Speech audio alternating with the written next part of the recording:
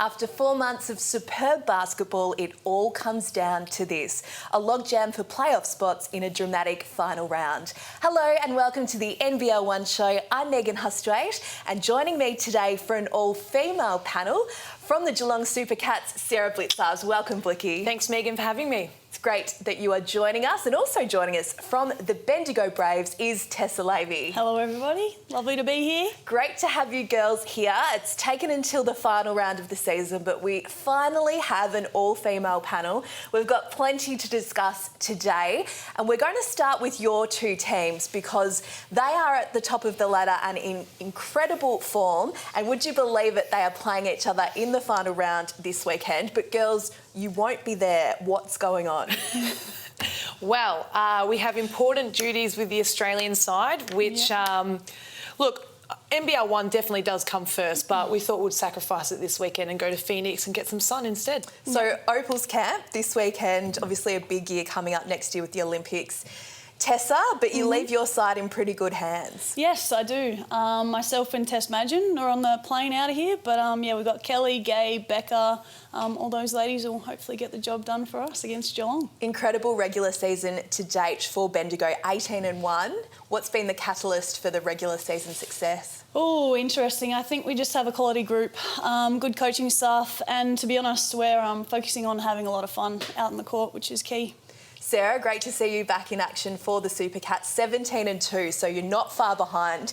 So we have a look at some footage now of the Braves, but take us through the Supercats campaign to date. Yeah, we've got a young, enthusiastic, energetic side. That's how I like to see it. I consider Bendigo the experienced veterans, and yeah, we're the complete opposite. So we've got Ezzy, Zatina, myself, who I like to consider still quite young, Jazz Shalley. Izzy Bourne, unfortunately, is off to college now, so we lose her, but other than that, we've just got our 5 core group too with like the Brand Catasanos, Alex Stark, Ebony Rolfe. So, you know, we're fiery, we're energetic, and along the lines of what Tessa says, we all get on super well and have a lot of fun too. So I think that has showed in the way that we've been playing. And yeah, big game this weekend against Bendigo. Now, you two get on super well as well. You've played a lot of basketball together, and we are going to take a look at a bit of a flashback photo. Oh. How's this? Check the mug on Sara Blicavs right there. Have not changed. The height differential hasn't changed. When was this photo taken and what were you doing? So, how old were you? So I think that's either 8 or 10. So I met Tessa when I was about 8 years old, and we both made nationals, a Victorian team for cross country, because we both had aspirations of being runners. I'm sure you know basketball was not high on the priority list. So that photo was taken, I think, when we were 8 or 10, and we were in Canberra, I think. Yeah, Canberra, I think. She'd just also, beaten do you me as notice well. that Sarah's the one, eating my dust at the finish line? Yeah, Tessa was lucky enough to get a medal, and I was just there for support. So you met at a young age, but you've been through so much together as teammates, opponents, the AIS.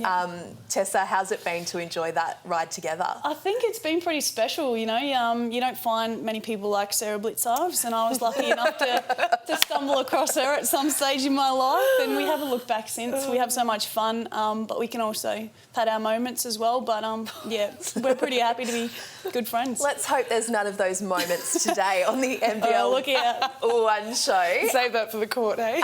You have been teammates through Pathways, WNBL, obviously the Opals as well. What's it like when you do come up against each other? It's a lot of fun. I think we Best talk frenemies, hey? Yeah, exactly. We talk a lot of smack on the court, which is quite funny. Last time we played, right? This is what I mean. We're good friends, but last time we played, there was a bit where we were about 10 up, Geelong were 10 up, and Bendigo just started, you know, coming back and like causing a stir, and you know we were getting rattled, and Tess was getting really angry, and I went in for a rebound. Okay, 2 months ago playing Bendigo, I went in for a rebound. And here Tessa Lavey comes. I feel this thing latch onto my arm, and then I look, it's Tessa, and she's bloody throwing me to the floor, knocks me down, and then just runs off. Look at and I was like, don't be so angry, Lavey. Butter would have melted. It's like the time at the AIS. Do you remember that time? We got in a little bit of trouble. What happened to the wall? Oh dear, this could be anything. Yeah. Let's move on to the Supercats and the Braves. Incredible regional rivalry between the clubs. How real is it? That's pretty real for me. You know, always coming up against Geelong, we want to win. Country teams, always competitive, and especially as a junior, I went through that pathway through Swan Hill, through Hamilton as well, and we used to play the Supercats as kids, so I always enjoy getting a win against Cats, yeah. Sara, you're back on court, which is fantastic. I'm sure you missed playing for Geelong last season. How's the knee? How's the body holding up? Yeah, it's good. No, I'm wrapped. I've had a full season this year and, you know, playing every game and training hard, and yeah, the knee has pulled up well, so it's nice to be back out there and you know, consistently doing that. And yeah, I'm just wrapped to be back. Like I said, I'm more sane now, and yeah, I don't have to watch all the time. I can actually play, so it's holding up. It's good to hear. So off to Opals camp, will you be back for playoffs? What's the schedule look like, Tessa? Yeah, so we head off to camp, but we get back on the 31st, I believe, which is a Wednesday, and then we have finals Friday night that week. How exciting. Straight away. Can't wait. Straight away. Yeah. Bring it on. Well, it's a very entertaining round coming up, and of course, 8th spot is up for grabs in the women's competition. Waverley currently in 8th as we take a look at the ladder, but Albury-Wodonga, Melbourne Tigers and Eltham can all make their way into the 8. So lots of drama ahead this weekend. The equation for the Falcons is that they need to win their double. They've got Hobart and Launceston this weekend, so it's a favourable draw for the Falcons. And Carly Ernst, formerly Carly Mijovic, is a good friend of both of you girls, and she has certainly been playing a very big role for Waverley this season. You've played against all of these teams. Who's going to finish 8th? It's tough. Yeah. It is really tough. I was speaking to Carly earlier this morning, and she said that her team's really starting to hit their straps. So I'm hoping, because Carly's, I guess, playing in that team, she's a really good friend, so hopefully they get that 8th spot. Well, they've got a lot of experience, the Falcons. Callie Bowen and Tegan Cunningham in that lineup as well. But I guess for the Tasmanian teams, they can't make it, but they can shape it. So there's still a lot on the line for them. They'll want to knock off Waverley and boot them out of the finals, Sara. Yeah, absolutely. When we went down to Tassie, both teams put up a great fight. We almost lost to Launceston, you know, and it's so hard playing Launceston the day after Hobart too. So it's going to be tough for Waverley, but like Tessa said, I feel like they're probably going to get that 8th spot because the second half of the season they've just been great. And like you said, with Carly and, you know, Tegan and Kelly, they're all three of them are playing super well. Well, Albury-Wodonga are also in the mix. No surprise given that their coach is the GOAT, Lauren Jackson. And Tessa, you came up against the Bandits last week. What did you think of them? I really like the way they play. They've obviously got an amazing coach in Lauren, and the girls show that they coach really well. And I think that they could also finish in the 8. Yeah. Like, who knows? It just depends. Every week is the same. We're coming into rounds, we just can't relax because if you're not on, those teams are going to beat you. But we played them on Friday night and had a really nice win. Very happy with it. But yeah, who knows what could happen with this 8th spot. Well, Melbourne Tigers have been in some stunning form as well. Of course, they had a change of coach during the season, and Christy Harrower has been behind their success. And Sara, they've got a lot of guns who continue to fire. Absolutely. And you say that Albury-Wodonga have the GOAT. I think Christy Harrower is the mini GOAT. So classic line. Yeah. Melbourne are tough. You know, they've got Monique Conti, Luella Tomlinson, you know, just hard players that play hard. So they're going to cause a disturbance. And, yeah, like Lavey said, it's just going to be a tough week. The other side in the mix is Eltham, who have been boosted by the inclusion of Alice Kunek. And Tessa, we know with those players with international WNBL and Australian experience that they just take their team to another level, and she's certainly done that for the Wildcats. Yeah, 100%. We played them, I think, 2 weeks ago now, and that was Alice's first game back, and it just changes the whole dynamic for their team. Alice is making tough shots, which is a credit to her. And, yeah, who knows? Eltham, it's anyone's position, that 8th spot. Who knows what could happen. How good's Tessa Lavey? She's sort of our form barometer because Sara and Bendigo have played all these teams in the midst of the last few weeks, so we've got the best insight here on the NBL1 show. But look, it's going to be a fantastic final round, and it's really such a great reflection of the maiden season we've had in NBL1 that it all comes down to this, that the spots are going to be decided on the last round of the regular season, Sara. Yeah, that's it. Like we said, it's going to be tough. It's exciting for the women, it's exciting for the men. Some good basketball. Absolutely, we're looking forward to it. Now, something else that is making Sara Blicavs and the Geelong Supercats smile is that their men have qualified for the playoffs, and you're very happy about that, Blicky. Yes, good job, Geelong. A great season to date for both the men's and women's teams. So they locked in their spot alongside Frankston at the weekend. Take us through the men's season to date. Yeah, you could call me biased. I know I'm from Geelong, so I've got to go for my own team, but super wrapped with the men for making it. Fourth on the ladder. And honestly, when they're all switched on, you know, they could win this big time. They've got a great starting five. You know, you've got AJ, who's fitted in nicely, and he's really playing well this second half of the season. You know, Nikawusu, the two-man, he's probably the biggest and best comeback we've had. He's been out for a while with his knees as well. And, yeah, he's just playing all-round great basketball. Lewis Thomas, probably, I think, the best, if not one of the best and most agile four-men in the league. It's a big call, but he's doing so well, shooting nicely from outside. Marlo Hicks, the big centre, if he's playing well, you know, he's unstoppable. And then, again, I've got to shout out to DeMarcus Gatlin, who's, I think, in contentions for the MVP and, you know, lockdown defender, incredible scorer, and just, yeah, all-round great player. So we're looking the goods at this stage. I don't want to jinx them, but, you know, How's that a shout-out for Geelong? We've just reeled through every player on the list. Would you like me to run off the bench as well while I'm at it? Go for it.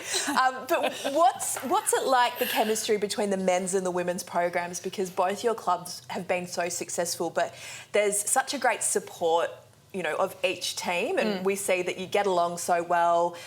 You're always out there watching each other, and it's really a one club. Yeah, it's I definitely think, and Tessa can go with this as well, just the country towns. I think it just changes the clubs too. I feel like 100%. Yeah, it's just you know, obviously we've played for like city teams and all that stuff, but just the fact that for us it's like one big family, you know, the whole staff are around us, men and women get on well, we all train together, you know, we see each other all the time and everyone gets on well. So it's nice that the men support the women support the men, and you know, are genuinely interested in each other too. So, and like I said, country towns, I think it's just something about it. We are all country girls, so it makes sense, doesn't it? Frankston and Geelong join Ballarat and Nunawading as teams to have locked in their playoff positions. And a shout out to Ballarat, who will be wearing their heritage Guernseys this weekend.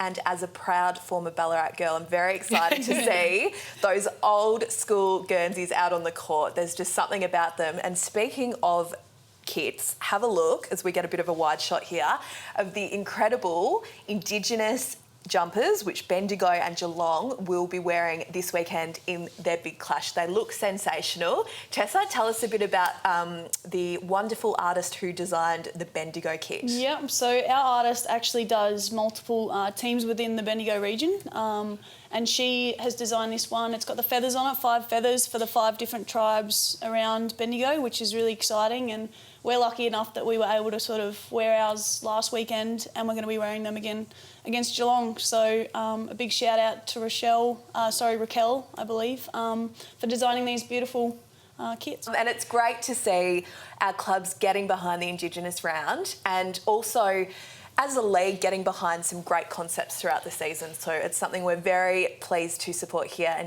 NBL1, and we look forward to some more initiatives next season. Well, let's talk about the men's competition again, because it is a logjam for spots on the ladder, and we might take a look at the men's ladder because 6 teams can make the final 4 spots on the table. Can you believe it? What a grandstand finish we are in for. So Kilsyth, Dandenong, Melbourne Tigers, Waverley, Bendigo and Hobart are vying for those last 4 spots.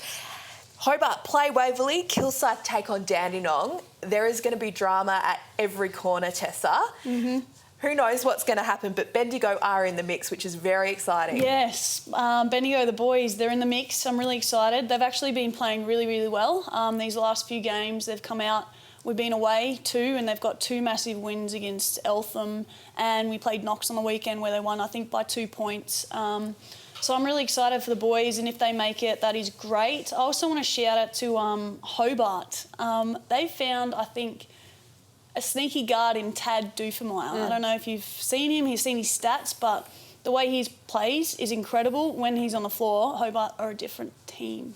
Well, as we mentioned before, Frankston locked in their spot with a win over Kilsyth. The Cobras shot at just 28% from the field last round. So that's something they're going to need to identify this weekend. And they lost Smith Milner to injury last week as well. So the Cobras are up against it. Yep. But stranger things have happened and they take on Dandenong. So it's the best way to warm up for a potential final series.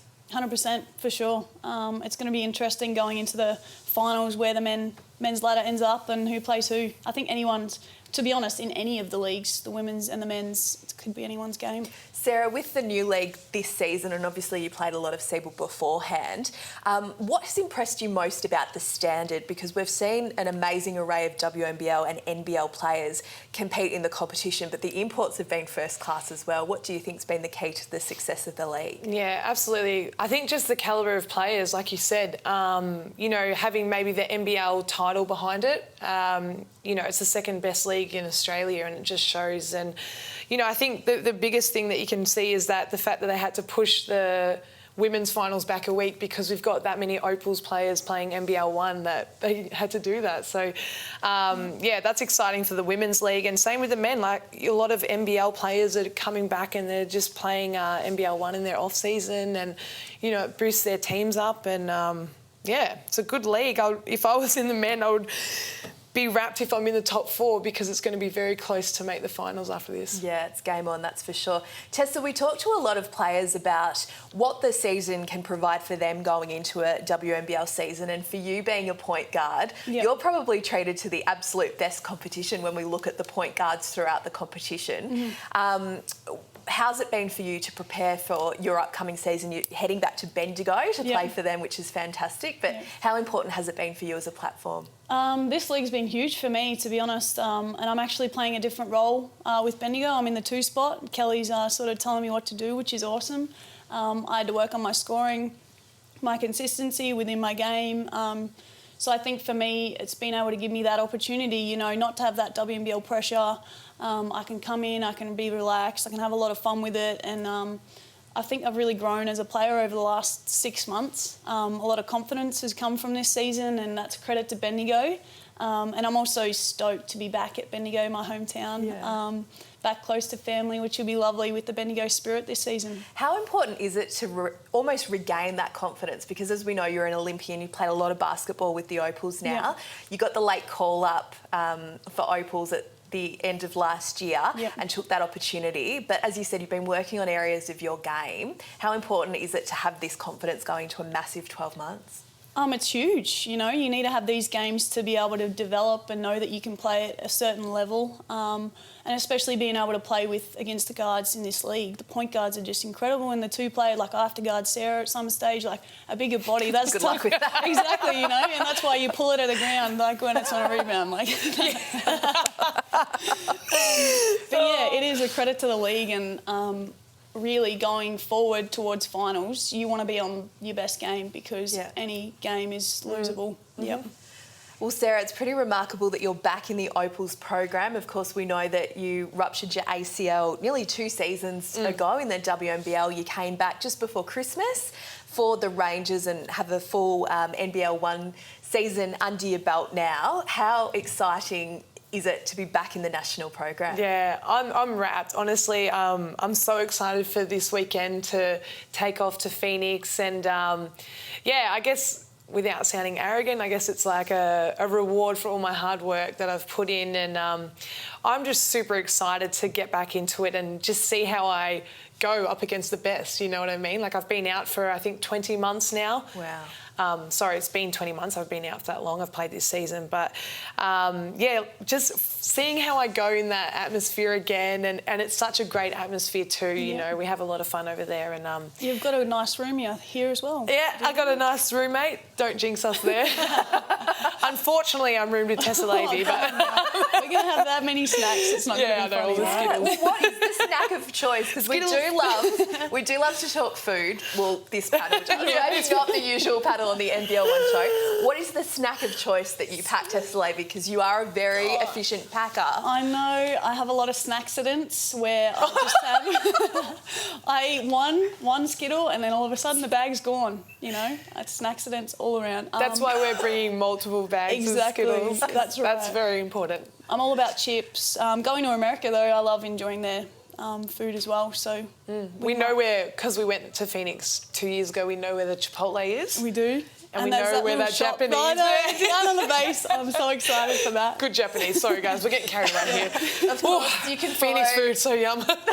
You can follow Sarah and Tessa on Instagram for all their food pics during the Opals tour coming up in Phoenix. It's going to be very exciting. Now, before we get into a bit of a wrap-up of the NBL1 show, let's do some more shout-outs. What have you got for us, Tessa Lavey? So I have from the BA Centre of Excellence, I have Angus Glover. He's had 2 ACL reconstructions. He played a massive role. He had 29 points, 3 steals, and had a massive dunk as well on the weekend. And it's just a credit to him. I know it's been hard work for him, like 2 ACLs, not being able to play in between that as well. And he's signed up as well with the Hawks, so that's very exciting for him. I also have shout out to my guy Ray Turner from the Bendigo Braves. Ray's had a great season. He's had 26 and 12, as well as my housemate Matthew Muo. He had 19 on the weekend, and his numbers have been really great this season too. My last shout out is from Melbourne. They won against Hobart, 94-93. Must have been a cliffhanger. Dane Pinu, he had 31 and 11. Crazy numbers. Gee whiz. Yeah. Congratulations. Well done, Dane. We like Dane. Dane's a good We like Dane. Sarah Blicavs, what have you got for us? Oh, look, covering the women's side, you got Tessa Lavey on 22 points. Nah, Tessa did well. She got 22 points, but not the greatest this week. We've got Rebecca Cole killing it as always, 37 points, 7 assists against Albury Wodonga. And then moving on to Sunday, unfortunately, Launceston beat Diamond Valley, but Diamond Valley got Hope Turditch on 32 points and 14 rebounds. It's a huge game from Hope, isn't it? Huge game. Yeah. She's a solid big, but I classify her as probably an undersized big, but she did very well. Frankston Richards, 30 points, 19 rebounds as well. Wow. You know, we can talk about imports in the league this year, but she's played a massive part for Frankston, particularly with Steph Reid. Absolutely. Obviously having higher commitments. Absolutely. Great pick up for Frankston. We were lucky enough that we didn't have to play against her. In saying that, Frankston still beat us, so well done, Frankston. And then from the Basketball Australia Centre of Excellence, Jade Melbourne, I'm pretty sure her name is. Yeah, Jade Melbourne. 29 points and 14 rebounds as well to beat Sandringham Sabres as well. So some game from Jade. Big time. Love her surname Baller. as well. We've got a few more shout-outs. We've got to shout out the Gems, Emerging Gems, and the Boomers. The Gems took home gold, which was amazing in the uni games, and the best part of that is they're pretty much the whole team's coming back into NBL1 this weekend, which is awesome. Yeah. Any standouts for you guys during that campaign? As we mentioned, Steph Reid was part of that, which was great to see. A former teammate of you both at Dandenong Rangers. I'm going to just shout out Ezzy Yoda, Magpagore. Oh, of course. Just a Love solid Ezzy. player, right? Yeah. Beautiful human, great player. Yeah. Killed it in her first game as well. Just an easy 17 points straight up. Yeah. So, yeah, great I'd like tournament to for her. shout out someone as well. Abby Weavong. She's a Bendigo Spirit girl. Go Spirit. She had massive numbers over that tournament. So credit to her and the way she's been playing. The boys won bronze as well. Jack Perch is part of that success, so congratulations to him. And the team, also a big congratulations to Claire Papavs. I think her surname now is Kamak. Kamak? Yeah, we'll go with that. We're just going to call you Claire because happens. because Claire is a superstar playing her 350th game this weekend. And of course, would you believe it, it's against Dandenong, fittingly, where she enjoyed so much success. So she is a young mum. She's enjoyed an amazing basketball career and it continues on. More finals for her and a big milestone on the weekend. So congratulations, Claire. We wish you all of the best. All right, girls, well, thank you for joining us today. I'm glad I didn't have to sit in the middle to try and separate you ahead of the big game this weekend against the Super Cats and the Braves. The girls won't be out on the court. They are off to Phoenix with the Australian Opals, but a big final round is coming up in NBL1. We can't wait to see what happens. The boys will be back next week.